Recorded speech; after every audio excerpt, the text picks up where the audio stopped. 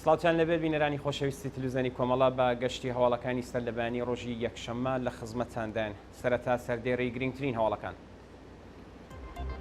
لە سەرکار دەرکردنی چوار کرێکاری شرکەتی پویا پۆلیمێر لە سنا یان لە دەستانی چوار کرێکار لە شارەکانی خۆی ورمێ، لە سەدارەدانی بەندکراوێک لە زیندانی ورمێ، سووتانی 600 هکتار لە دارستانەکانی مەریوان لەلایەن ڕژیم، ناڕوونی چارەنووسی دوو بەندکراو لە شارەکانی بۆکان و پیرانشار، دەست بە سەرکردنی هاوڵاتیەک لە شاری جوانڕۆ، دۆخی خراپی تەندروستی داوت ڕەزەوی چالاکی کرێکاری و هێرشی بە کرێگیراوانی ڕژیم بۆ سەرکچێکی دژبەری حجابی زۆرە ملێ لە تارە. درێژەی هەواڵەکان لە سەرکاردەرکردنی چوار کرێکاری شرکەتی پویا پۆلیمەر لە سنا.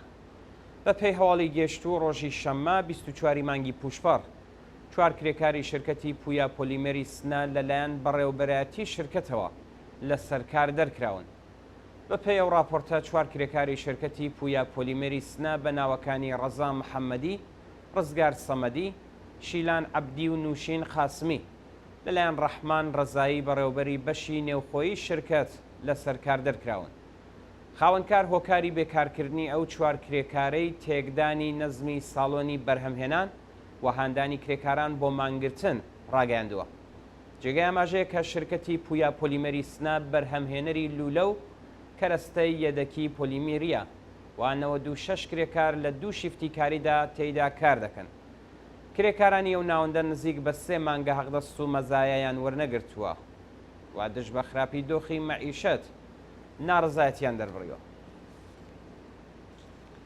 گیان لە دەستانی چوار کرێکار لە شارەکانی خۆی و ورمێ ڕۆژی شەممە 24 مانگی پوشپەڕ چوار کرێکاری خەڵکی پارێزگای ورمێ بەهۆی نەبوونی مەنیشۆنی کار گیانیان لەدەستا. بە پێی راپۆرتەکان کرێکارێکی بیناسازی خەڵکی ناوچەی سۆمای برادۆستی ورمێ بە ناوی کەریم محەممەد زادە بەهۆی بەربوونەوە لە تەبەقەی نۆی بینایەک گیانی لەدەستاوە. ناوبراو خێزاندار و باوکی دوو منداڵ بووە. لەلایەکی دیکەوە 3 کرێکاری کەندنی کارێز لە شاری خۆی لە کاتی کارکردندا دیواری کاناڵ داڕمەوە بەسەریاندا و گیانیان لەدەستاوە. لە سێدارەدانی بەندکراوێک لە زیندانی ورمێ بەیانی ڕۆژی شەممە 24 مانگی پوشپەڕ بەندکراوێکی خەڵکی شارستانی شووتی سەر بە ئوستانی ئازەربایجانی غەربی بە ناوی حسین دولخانی لە زیندانی ورمێ لە سێدارەدرا. بە پێی راپۆرتەکان حسین دولخانی ساڵی 96 هەتاوی بە تۆمەتی کوشتنی بە ئەنقەست لەلایەن ڕژیمەوە دەست بەسەر و دواتر لەلایەن دەستگای قەزاییەوە بە ئیعدام مەحکوم کرا. بە پێی ئاماری ناوەندی مافی مرۆڤی ئێران کۆماری ئیسلامی لە 6 مانگی سەرەتای ساڵی 2023دا لانی کەم 387 کەسی لە سێدارەداوە. سووتانی 600 هکتار لە دارستانەکانی مەریوان لەلایەن ڕژیمەوە. بە پێی راپۆرتی ڕێکخراوی ژینگەیی ئەنجومەنی سەوزی چیای مەریوان 600 هکتار لە دارستانەکانی مەریوان بەهۆی تۆپبارانی سوپای پاسداران و ئاگردانی بە ئەنقەستی لەلایەن بە کرێگیراوانی ڕژیمەوە سوتاوە. بە پێی ئەو راپۆرتە 195 هکتار لە دارستانەکانی کانی قوڵەجان سەر بە گوندی بێلوو لە ڕێکەوتی سی جۆزەردانی ئەم ساڵە تا 3 پوشپەڕ لە ئاگردا سوتاوە. هەروەها دارستانەکانی گوندەکانی وەسنە و خەیرابات لە ڕێکەوتی 16 بۆ 18 پوشپەڕ لەلایەن بە کرێگیراوانی ڕژیم ئاگردراوە و 355 هکتار جەنگەڵ لە ناوچووە. لە ڕێکەوتی 20 پوشپەڕیش 7 هکتاری دیکە لە دارستانەکانی گوندی بایەڵە ئاگردراوە و سەرجەم 600 هکتار لە جەنگەڵەکانی مەریوان لە ناوچووە. ناڕوونی چارەنووسی دوو بەندکراو لە شارەکانی بۆکان و پیرانشار. بە پێی راپۆرتەکان دوو هاوڵاتی خەڵکی شارەکانی بۆکان و پیرانشار بە ناوەکانی جەلیل مەولودی و سورەیا قەیتەران پاش دەست بە سەرکرانیان لەلایەن ناوەندە ئەمنیەتیەکانەوە چارەنووسیان بە ناڕوونی ماوەتەوە. بە پێی زانیاریەکان جەلیل مەولودی تەمەن 44 ساڵ و دانیشتووی شاری بۆکان ڕۆژی 29 خاکەلێوەی ئەم ساڵ دەست بەسەر و بۆ شوێنێکی نادیار ڕاگەزرا. گەڕای تێپەڕبوونی 3 مانگ بەسەر کاتی بەندکرانی ئەو هاوڵاتیە بە دوواداچوونی بنەماڵەکەی بێ ئاکام ماوەتەوە و چارە نووسی نادیارە. لەلایەکی دیکەوە ڕۆژی یەکشەممە 21 جۆزەردانی ئەمساڵ هێزەکانی ئیتلاعاتی سوپای پاسداران هەڵیان کوتایە سەر بنەماڵەی قەیتەران و سەدرەدین و عەبدوڕەحمان قەیتەرانیان دەست بەسەر کرد. ڕۆژی 5 پوشپەر بۆ جارێکی دیکە هێزەکانی ڕژیم هێرشیان کردە سەر ئەو بنەماڵە و سورەیا قەیتەران خوشکی ئەو دوو بەندکراوەیان ڕفاند و پاشماوەیەک ناوبراویان بۆ بەندی ژنانی زیندانی ورمێ گواستەوە. شایانی باسە کە هیچ زانیاریەک سەبارەت بە هۆکاری بەندکرانی ئەو 3 هاوڵاتیە لەبەردەستانیە. دەست بەسەرکردنی هاوڵاتیەک لە شاری جوانڕۆ.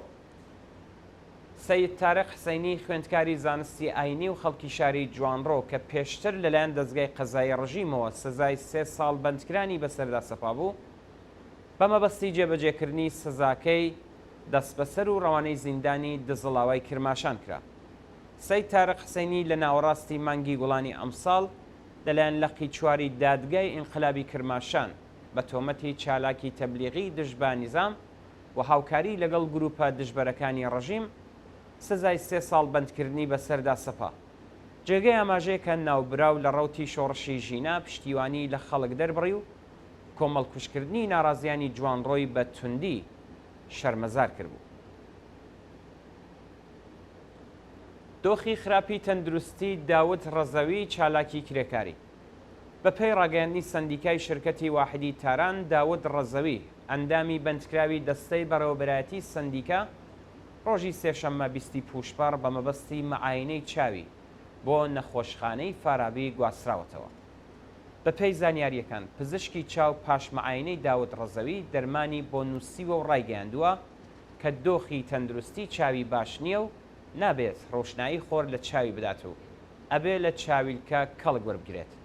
هەروەها پزیشکی چاو بە ئەو چالاکە کرێکاری وتووە کە هەر 6 مانگ جارێک ئەبێ سەردانی مەتە بکەی و دەرمانەکانیشت لە کاتی خۆیدا ئیسفادە بکەیت. جێگەی ئاماژەیە کە ئەو چالاکە کرێکاریە نەخۆشی گەدە و دەستگای گەوارش و چاوی هەیە و نابێت لە زینداندا بمێنێتەوە و دەماڵەکەی نیگەرانی دۆخی تەندروستی ناوبراوە.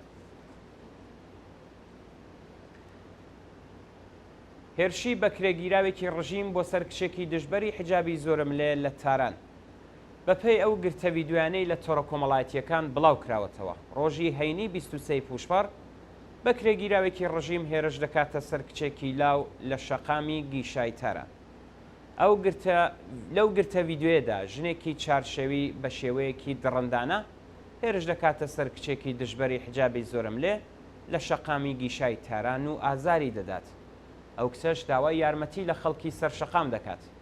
جێگەی ئاماژەیە کە ڕژیمی سەرکوتگەری کۆماری ئیسلامی لە ڕۆژانی ڕابردوودا سزای ناشیاوی بەسەر چەندین کچی دژبەری حجابی ئیجباریدا سەپاندووە کە ناڕزایەتی بەرینی کۆمەڵگای لێکەوتێتەوە. تعلیقی دوو خوێندکاری زانکۆی ئەلامەی تەباتەبایی لە تاران. بەپێی راپۆرتەکان دوو خوێندکاری قۆناغی کارناسی ڕۆژنامەوانی زانکۆی ئەلامەی تەباتەبایی لەلایەن کومیتەی ئینزباتیەوە بە 2 ترم دوورکەوتنەوە لە خوێندن محکوم کراون. بەپێی زانیاریەکان کومیتەی ئینزباتی زانکۆی ئەلامەی تەباتەبایی تاران دوو خوێندکاری بناوەکانی ساغەر ڕەحیمیشاد و زەینەب کیان منفەرێت بۆ ماوەی 2 ترم لە خوێندن دوورخستەوە. شایانی باسە کە جەلەسەی محاکەمەی ئەو دوو خوێندکارە بەبێ هەبوونی خۆیان بەڕێوە چووە و نیان توانیوە هیچ بەرگریەک لە خۆیان بکەن. دۆخی خراپی کرێکارانی معدەنی بەردی خەڵوز لە هیندستان. زیاتر لە نیو سەدەیە کە معدەنی بەردی خەڵوزی جارکەند لە هیندستان ئاگری گرتووە و گیانی هەزاران کەسی خستۆتە مەترسیەوە و ساڵانە بەدەیان کرێکار گیانیان لەدەستدەن. بە پێی راپۆرتەکان بە دوای ڕوودانی ڕووداوێک لە معدەنی جارکەند لە ساڵی 1916 زاینی زەویەکانی دەوروبەری تووشی ڕۆچوون بوون و ساڵانە دایان خانووی کرێکاران دەڕوخێت و سەدان کرێکار لە نێو گەرمای ئاگر و لە دۆخێکی زۆر خراپدا کار دەکەن. مەصرفی بەردی خەڵوز لە هیندستان کە 5مین ئابووری گەورەی جیهان و پڕحەشیمەترین وڵاتی جیهانە لە ماوەی 2 دەهەی ڕابردوودا بە ڕێژەی لە 170 زیادی کردووە، بەڵام شرکەتە پەیمانکاریەکان هیچ بایەخێک بارودۆخی پیشەیی و ئەمنیەتی کرێکاران نادەن و ساڵانە بەدەیان کرێکار گیانیان لەدەستدەن. دوا هەواڵ گیان لە دەستانی 22 کەس بەهۆی هاتنی لافاو لە کۆرەی جنوبی. ڕۆژی شەممە 24 مانگی پوشپەڕ بەهۆی بارینی بارانی بەخڕ و هاتنی لافاو لە وڵاتی کۆرەی جنوبی 22 کەس گیانیان لەدەستا. بەپێی راپۆرتەکان لیژمەی بارانی بارینی 2 ڕۆژی ڕابردوو لە کۆرەی جنوبی بۆتە هۆی هاتنی لافاو و ڕۆچوونی زەوی و بەو هۆیەوە 22 کەس گیانیان لەدەستاوە و 14 کەسی دیکەش بێسەر و شوێن بوون. شانی باسەکە دەوڵەتی کۆرە 7,000 کەسی بۆ ناوچەکانی دیکە گواستۆتەوە و گەڕان بەدوای ونبوواندا بەردەوامە. باڵە بینێرانی خۆشەویست گەشتی هەوڵەکانی سەرلەبانیتان پێشکەش کرا، لەگەڵمان بن بۆ بینینی درێژەی بەرنامەکانی تلڤیزیۆنی کۆمەڵە.